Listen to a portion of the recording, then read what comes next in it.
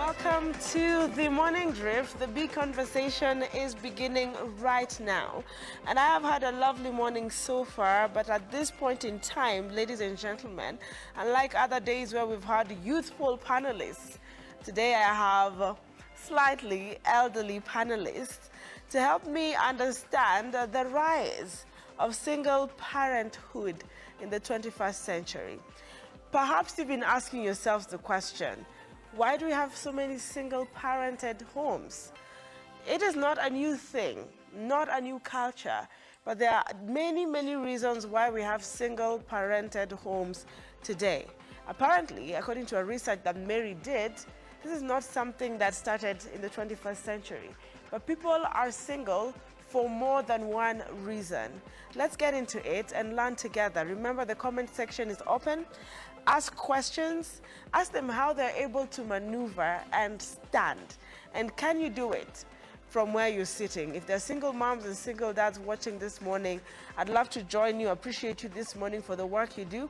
And please feel free to ask questions, to my comments, and let's have this discussion together.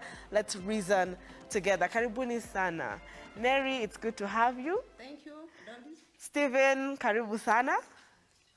Ruth, Tabitha, karibu sana. So I'll start with Mary. Mary, just say good morning. And we will use, of course, disclaimer here, Kiswahili and English, all right? We will be using Kiswahili and English through this conversation. So whichever language, please feel free to be part of the conversation. Mary, utajitambulisha, introduce yourself, and tell us why you're here today. Karibu. Yes, listeners, wherever you are, I'm Mary Tudo, and actually I'm here for one thing. And I know that you all heard what our President Uhuru Kenyatta said. He's very much concerned about the way the single parents are rising. And it has not started now. It started long time ago. Even according to my research that I did in Kiambu County, where our president comes from, I really realized that the problem is in our lives. And therefore, the reason as to why I'm here is to see what is causing this problem in our country. Yes. But not even in our country, but this one is a global phenomenon. Mary, it would be important, therefore, to get this right to the viewers as we continue the conversation. Just to remind us all to keep this conversation between us until I ask us to give emphasis to the camera, respective cameras. But thank you, Mary, for of course showing that your interest is with the people. Thank you, Doris. We'll be delving deeper into the the heart of your research, your findings, etc. And you've been working with Steve and Tabitha. So Stephen, karibu sana. Unaweza jitambulisha, utuambie vile unajihisi la asubuhi. Jina lako na vile unajihisi la asubuhi. Karibu. Mimi jina yangu Steve Nigadhaku. Soka mambo ya Kiambu. Mimi bibi yangu alikufa kama zamani. Na mimi nakaa mkono nyumbani na tabu kidogo. Sasa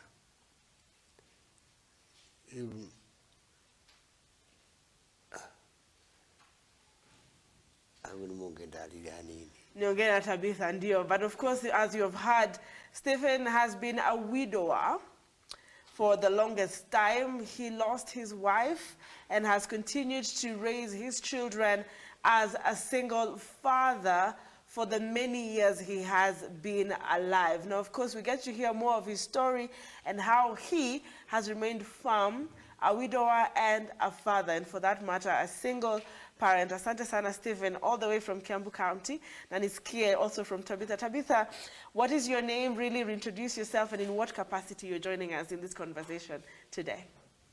Tabitha or Mrs. Wetaro.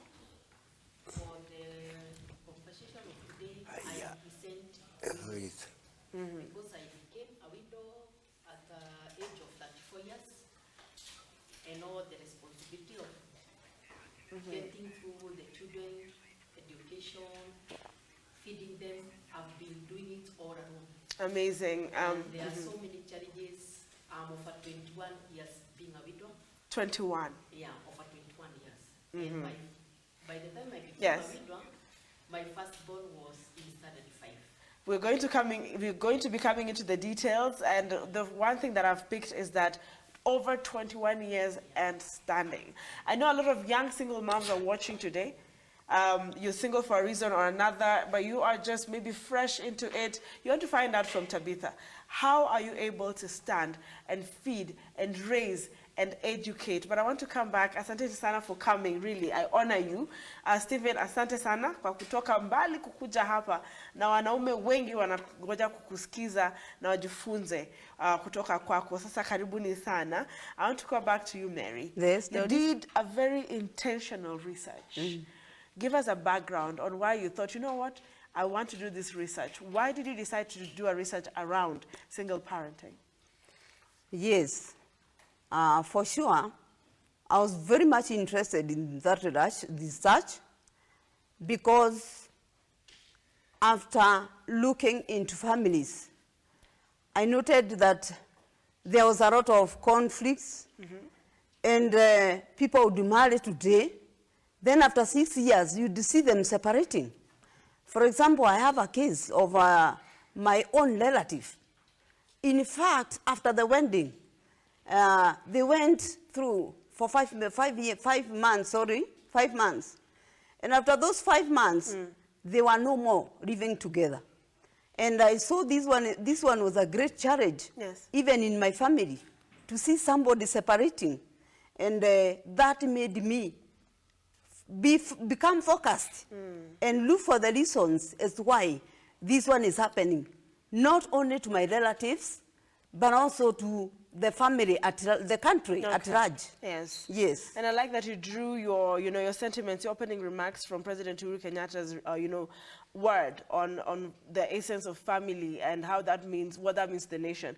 Now, during his tenure, President Uhuru Kenyatta has continued to vocalize or speak out on the family unit and the need to take care of our family unit. I don't know if you captured that. Yes. But Mary, we're having a widow and a widower. So it's not really that people have to be in single parenting homes because of one reason, No. separation. What did you find out? In fact, as you have said, I noted that there are various reasons as to why we have this single parenthood. Yes. And I think it's important for us, for each one of us and everybody who is watching, Yes. to understand who a single parent is. Yes. And a single parent is that parent, the person who is living with the children, and the children are dependent on him or her. He does everything without the support of a live-in partner. All right. Yes. Without the support of a live-in partner. Yes. I'm coming back to you. Yes. I'm hoping then, we can try and engage Stephen. When I cannot reach him, you can reach him. You work closely with him, but we still want his sentiments. Yes. But I'll try. Stephen, kwa maisha yako, umekuwa sasa unalinda watoto peke yako, si ndio? Nataka kujua ni changamoto gani umepitia kama baba mzazi ambaye analea watoto peke yake. Umepitia changamoto gani?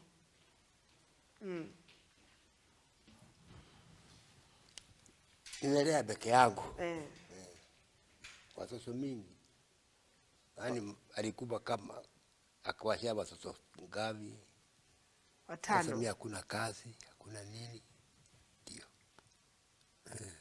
Na uliweza aje kuwalea hii miaka yote peke yako? Hapana, miaka mingi. Miaka 25. Miaka 25. Lakini Stephen is saying that's not a long time. Hiyo si miaka mingi. You're very strong. Uko very strong.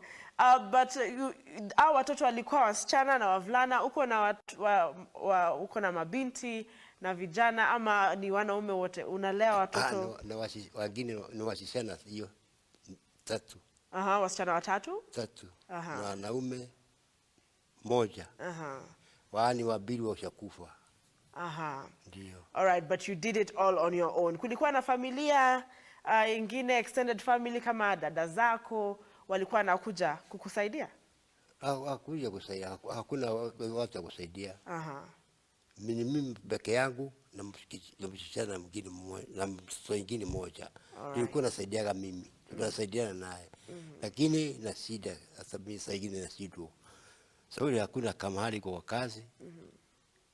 Iko nyakaa tu namna hivi. Alright. Chakula ni kutafuta kwa watu namna hivi. Aha. Yaani kwenda saa ingine kibarua. Na saa ingine nakosa. Tunalalia njaa. Ndio. So it's still equally as difficult for men. Yeah. You know, mara nyingi in the 21st century, there has been a thought of when the father is a single father, he can do it on his own, he has the financial stability.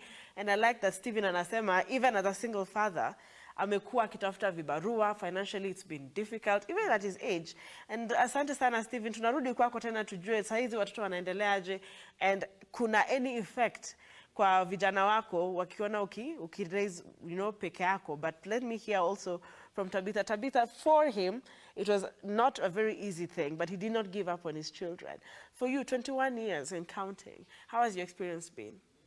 My experience is when my husband passed, even the business which was there, I lost it through the difficulty of the family. So I started from zero. So I closed the business at the threat of being auctioned. So I had to leave. And by then I was left pregnant with the fourth born. So by the time I left there, my child was just a baby. All right. So I had to look for other alternatives to do for. All right.